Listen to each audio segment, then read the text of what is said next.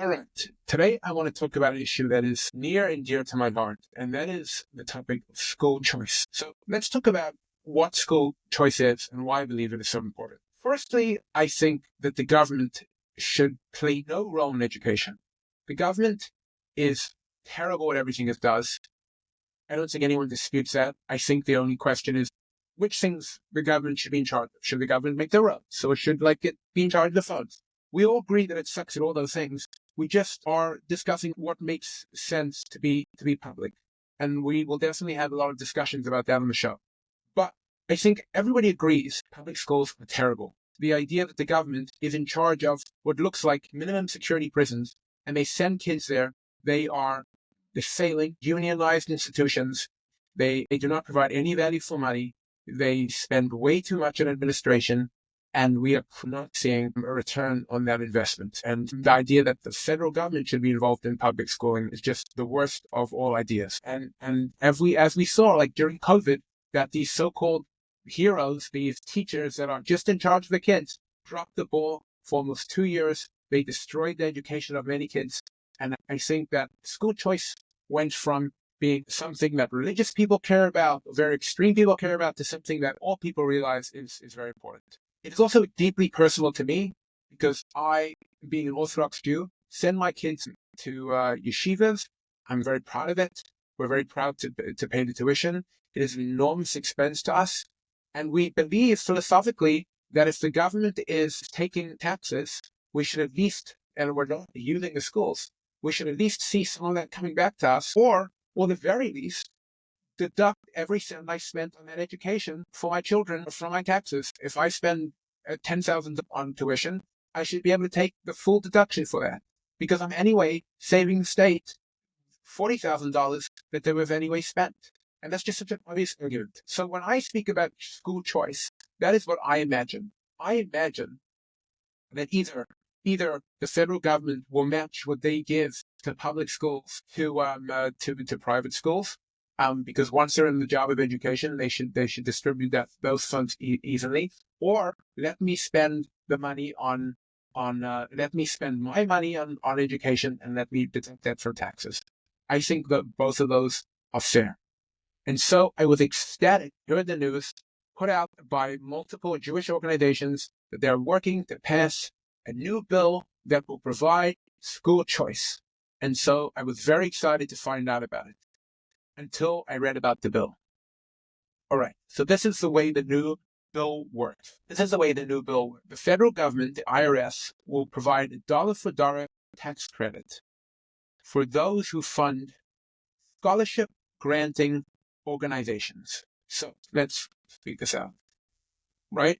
The federal government says if you give money to a scholarship granting organization, you will be able to deduct that dollar for dollar from your taxes. The scholarship granting organization then provides scholarships to students who match the income requirements, who have earned less than 300% of the median household income in that area. Okay. Again, so there'll be new organizations set up to run scholarships. People will be able to donate to those organizations and get a full refund, and money will be handed out to eligible students. This is not school choice. This does not remotely resemble school choice.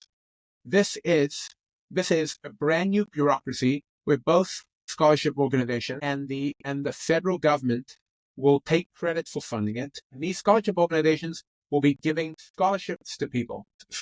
Scholarships is not school choice. Scholarship says that we're willing to give you the money. I don't want you to give me money. I don't want you to hand me a scholarship. I want to just spend my money on education. And why would school choice require income eligibility? There's not a handout. There's no public school that says when you have eligible at a certain income. No, everybody gets sent to public school. So why can't they just hand out the money? Why can't we just skip the scholarship granting organization? Let's just have the same program, even if you believe in that eligibility component. Let the people eligible just be able to take that tax credit. Why do we need this whole scholarship granting organization? I don't understand it. And it really feels to me like a classic Washington game. This is what I mean. Who benefits from this program? This highly incentivizes these donors to give to these organizations. So this new system will put enormous amounts of power in the scholarship granting organizations. What you will have is these huge organizations set. Somebody is clearly going to become very wealthy from administrating them. More than that, the ones running those organizations will have enormous amount of power. I'm reading this now, and they're saying what is the maximum scholarship? That will depend on the organization, and you'll better believe that the organization will decide which schools are eligible and which are not. So you're basically creating a new bottleneck. And what would be the justification for it? This would not be this would not be an organic organization. This will be an organization that springs up specifically because there's now a taxpayer credit for donors to those organizations. So you're having basically a state-sponsored funnel that any school that wants to be approved will go through that. Also, the schools will not be receiving the money from the students, be paying that to the schools. So it'll be a little bit like medical care, where the customer is not really in charge of the transaction. So even eligible students, the schools will look at it as a government grant. So many of them get tuition breaks anyway, and the school will say, "Look, you're anyway getting a tuition break, so this money you should just add on top of that." All that will be created by this is a control structure from the scholarship organization. Many people will be completely left out of it. You will end up creating these enormous organizations that will exert their control and influence over schools. And what you end up with is the opposite of school choice. And the worst part is that these organizations will then claim that they achieved school choice. Look what we've done for you. Look what we've achieved. And it's the exact opposite of school choice. School choice means, as a parent, I get to send my child to the school that I want, and then I can use my funds to make that happen. This is some people get a little bit of money, which will be swallowed up into the funds, and no one and nobody will receive release. This is not the point of school choice, and I find this to be a bad deal. A classic example of how Washington gets everything absolutely backwards. We ask for school choice. We say, "Hey, Washington, give us back our money. I want to be in control of my money. I want to be in control of the work that I did, and I want to be in control of the education of my kids, and I don't trust you to do it. So just give me back my money." And government says, "You know what we got to do? We have a great plan for you. We're going to make all these income requirements, and we're going to let you create big organizations that will have to be funded. Those organizations will have to have people working for them. We'll have just this huge bureaucracy, and then we'll fund money through those organizations, and they'll be private, but wink, wink, they're not that private." And so the connected will gain more control. And this is just a classic example of how Washington is always trying to help, because Washington buys control with your money. Make no mistake, Washington does not produce anything.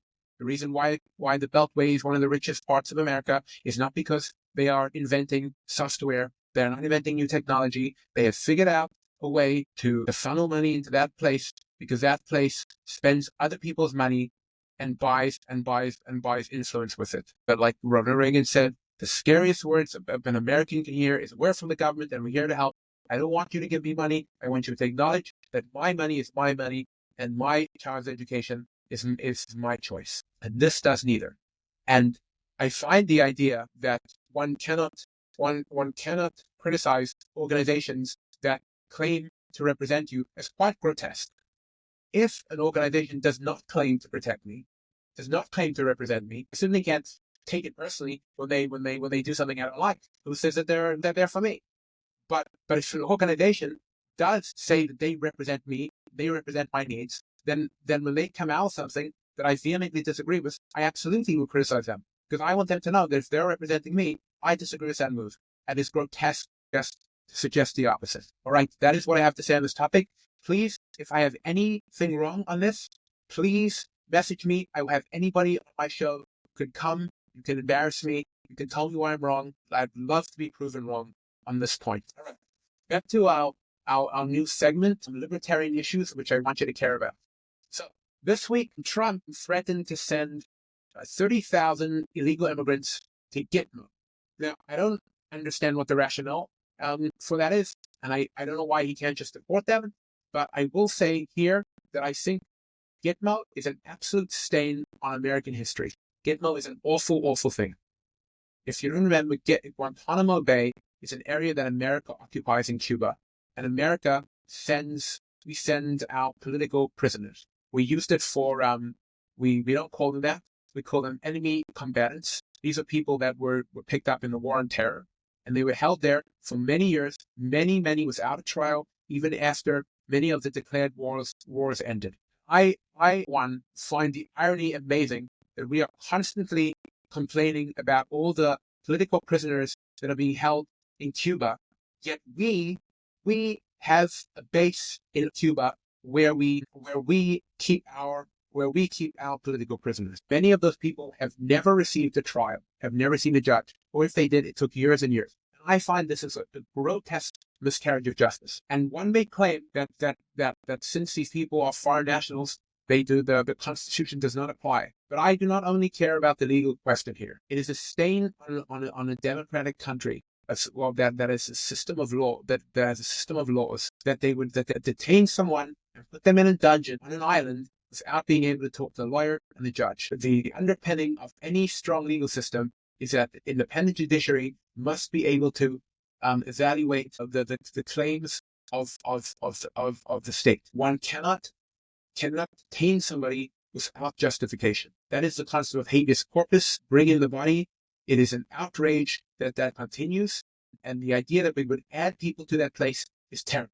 It was Obama's campaign promise to close it down. He never did. It should be closed down. It's a disgrace, and the idea that we would use it again is just abhorrent. That is today's show. The show, again, if anybody wants to come on or talk about any topic, let me know, and we'll make it happen.